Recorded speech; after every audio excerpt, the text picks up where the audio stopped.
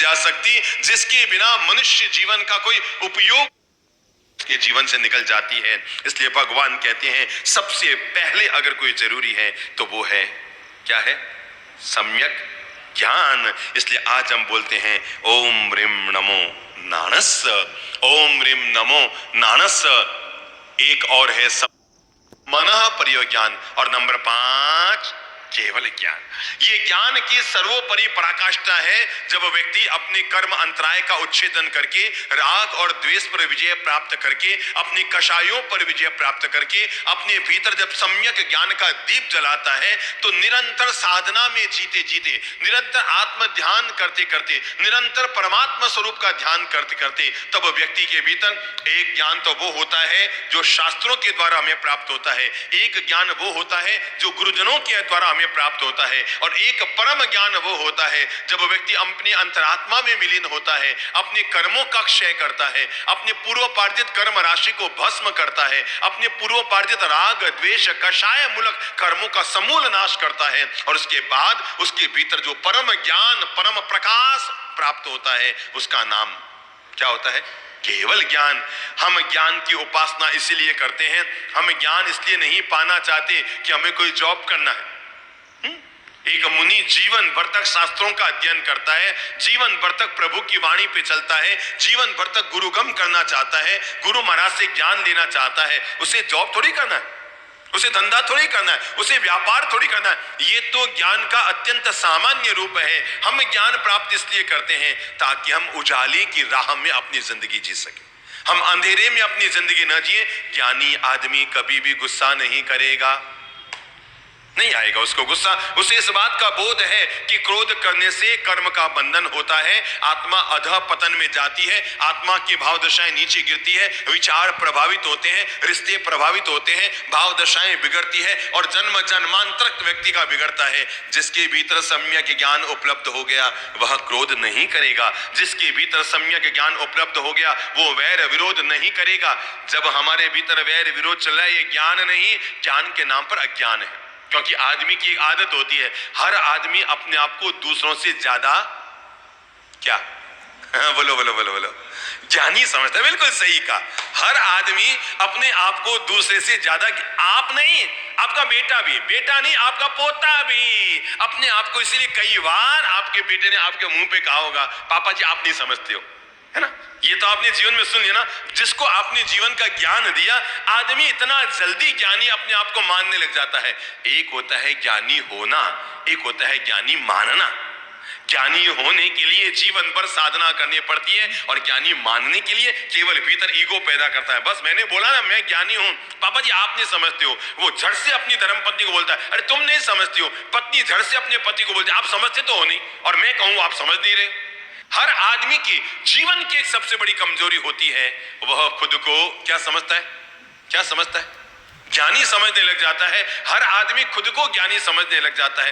कहते हैं यूनान में एक देवी थी जिसका नाम था डेल्फी की देवी।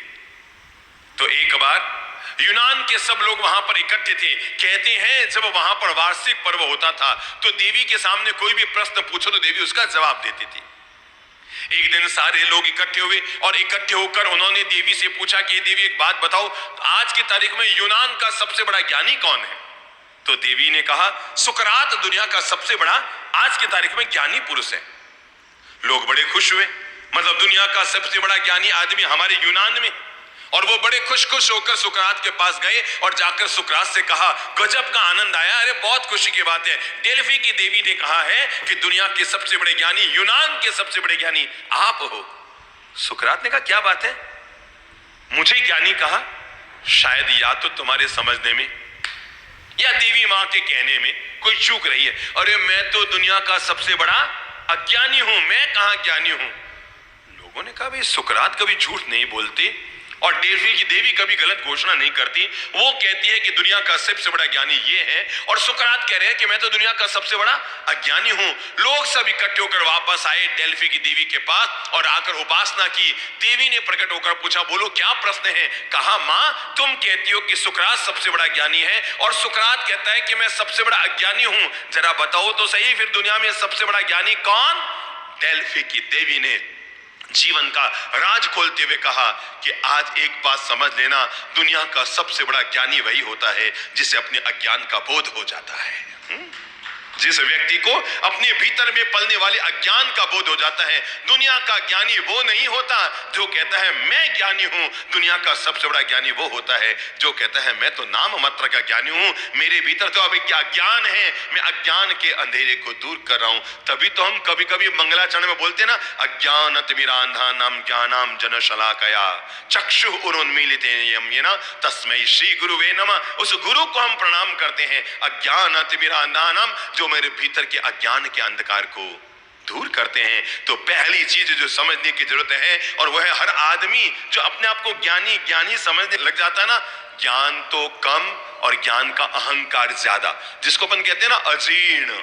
आपको पता है दो तरह की डकार आती है। एक डकार में आपको तो साता मिलती है पर पड़ोसी को भी कोई दिक्कत नहीं होती है। पर कभी कभी ऐसी भी डकार आती है जब हमने बहुत ज्यादा खा रखा हो, अजीर्ण हो गया हो, तो आपको तो डकार पाकर संतुष्टि मिलती है पर पड़ोसी को, याद है डकार में ऐसी गंध आती है, पड़ोसी को थोड़ी दिक्कत होती है। और ये जो अजीर्ण का डकार होती है ना, अजीर्ण की अहंकार, ज्ञान का जब व्यक्ति को अजीर्ण हो जाता है, मैं ज्ञानी, जिस दिन व्यक्ति ये कहने लग जाए मैं समझदार हूं, मैं तुम्हें बताता हूं, तुम क्या समझते हो, मैं ज्ञानी हूं, मैं पढ़ा लिखा हूं, मैं सब जानता हूं, समझ लेना आज से इसके पीछे लौटने की यात्रा शुरू हो गई है। जिस दिन ज्ञानी व्यक्ति को अपने ज्ञान का अहंकार हो जाए, ज्ञान की तो पहली जरूरत है विद्या ददाति विनयम विनया दयाति पात्रताम पात्रताम धनमाप्नोति धनात् धर्मम ततः सुखम। व्यक्ति विद्या से क्या प्राप्त करे, विनय को प्राप्त करे। विद्या ददाति विनयम, विद्या ही व्यक्ति को विनय देती है, विनय व्यक्ति को विद्या देती है। और विनयात आयाति पात्रताम, जब व्यक्ति विनयशील होता है तो वो सुयोग्य होता है। दुनिया में सच्चा ज्ञानी वो नहीं होता जो अपनी ज्ञान की अकड़ को लेकर साथ में चलता है। दुनिया में सच्चा ज्ञानी वो होता है जो विनम्र होकर दुनिया में जीता है। क्यों? क्योंकि हमने दो तरह के पेड़ देखे हैं, एक फलों से लदा हुआ पेड़ भी देखा है और एक ठूंठ भी देखा है। और हमने दोनों में फर्क ये देखा है, ठूंठ वो होता है जिसमें न तो पत्ते होते हैं, न फल होते हैं, न डालियों में कोई मीठा जल होता है, न डालियों में कोई सीलापन गीलापन होता है, लेकिन फिर भी वो अकड़ा हुआ रहता है। इसलिए वो ज्ञानी जिसमें हर समय ईगो पलता है वो ठूंठ की तरह होता है। लेकिन सम्यक ज्ञानी वो होता है जो फल से भरे हुए वृक्ष की तरह होता है, जो हरा भी होता है, जिसमें पत्ते भी होते हैं, जिसमें फल भी लगे रहते हैं, वे फल मीठे भी होते हैं। पर खास बात है वो पेड़ चारों ओर से झुका हुआ भी रहता है, ठूंठ की तरह अकड़ा हुआ नहीं रहता।